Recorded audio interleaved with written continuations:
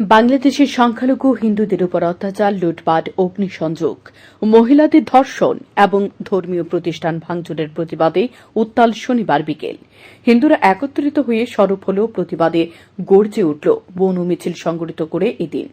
হিন্দু জাগরণ মঞ্চের আহ্বানে হয় সাংগঠনিক এদিনের মৌন মিছিল। এই মৌন মিছিলটি শুরু হয় শনিবার বিকেল 5:30 নাগাদ বিলুনিয়া যোগমায়া কালী মন্দির প্রাঙ্গণ থেকে। মিছিল থেকে ধিক্কার জানানো হয় নারকীয় ঘটনার বিরুদ্ধে। মৌন মিছিলটির বিভিন্ন পথ পরিক্রমা করে শেষ হয় বিদ্যাপীঠ কর্নার কবি সুকান্ত মূর্তির পাদদেশের সামনে। সেখানে হয় সভা। আয়োজিত মৌন মিছিল ও সভাতে উপস্থিত ছিলেন রাষ্ট্রপতি পুরস্কার প্রাপ্ত বিশিষ্ট শিক্ষাবিদ সন্তোষ নাথ, বিশিষ্ট সমাজসেবী গৌতম দত্ত গুপ্ত ও প্রাক্তন বিধায়ক দিলীপ চৌধুরী। হিন্দু জাগরণ মঞ্চের নেতৃত্ব থেকে শুরু করে লেখক, বুদ্ধিজীবী সহ গুণীজনেরা।